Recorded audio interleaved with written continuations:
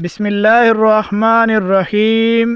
السلام علیکم محترم ناظرین، آج کی اس ویڈیو میں ہم آپ کو دو ایسے وظائف بتائیں گے جس کی بدولت آپ کے گھر سے تنگ دستی، پریشانیاں، مصیبتیں اللہ تعالیٰ کے فضل و کرم سے دور ہو جائیں گی۔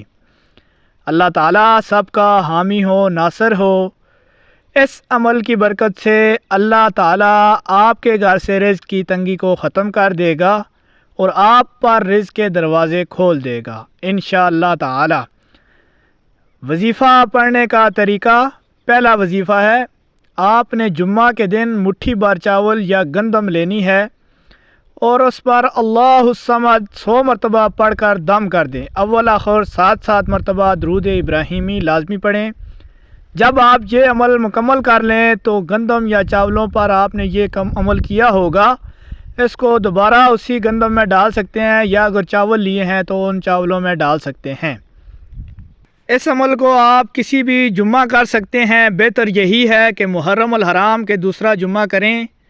اس عمل کو پڑھنے سے اللہ آپ کے رزق کی تنگ دستی کو ختم کر دے گا، رزق بارش کی طرح برسے گا، پورا سال آپ کے گھر سے رزق ختم نہیں ہوگا۔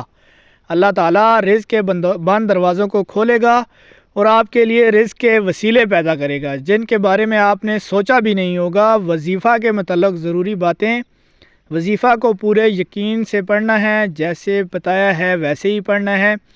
وظیفہ خود بھی پڑھیں اور صدقے کی نیت سے دوسروں کے ساتھ بھی شیئر کریں۔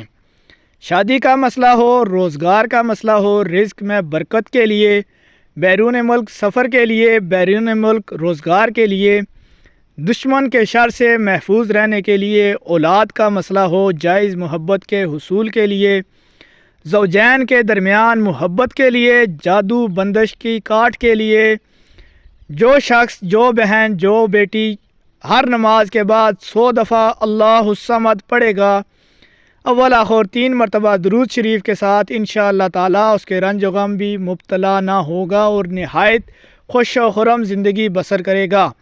اگر کوئی تمام مخلوق کی نظر میں بامت رہنا چاہتا ہے، ہر روز رات کو عشاء کی نماز کے بعد 100 مرتبہ یہ ذکر کرے۔